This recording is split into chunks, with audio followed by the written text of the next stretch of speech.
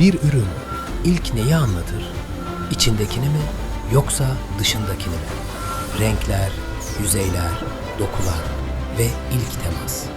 Hepsi ürün henüz görülmeden bir fikir oluşturur. Pacondas bu fikri tasarlayan taraftır. Her ürün için farklı, her hedef kitle için özel, her kullanım için doğru ambalajlar geliştirir. Çünkü bir oyuncak kutusu açılmadan gerçekten başlamaz. Bir kırtasiye ürünü ilk dokunuşunu ambalajıyla verir. Tasarım, kullanım kolaylığı ve dayanıklılık tek bir yapıda birleşir. Raflarda görünen sadece bir ürün değildir. Arkasında güçlü bir üretim anlayışı ve kalite vardır.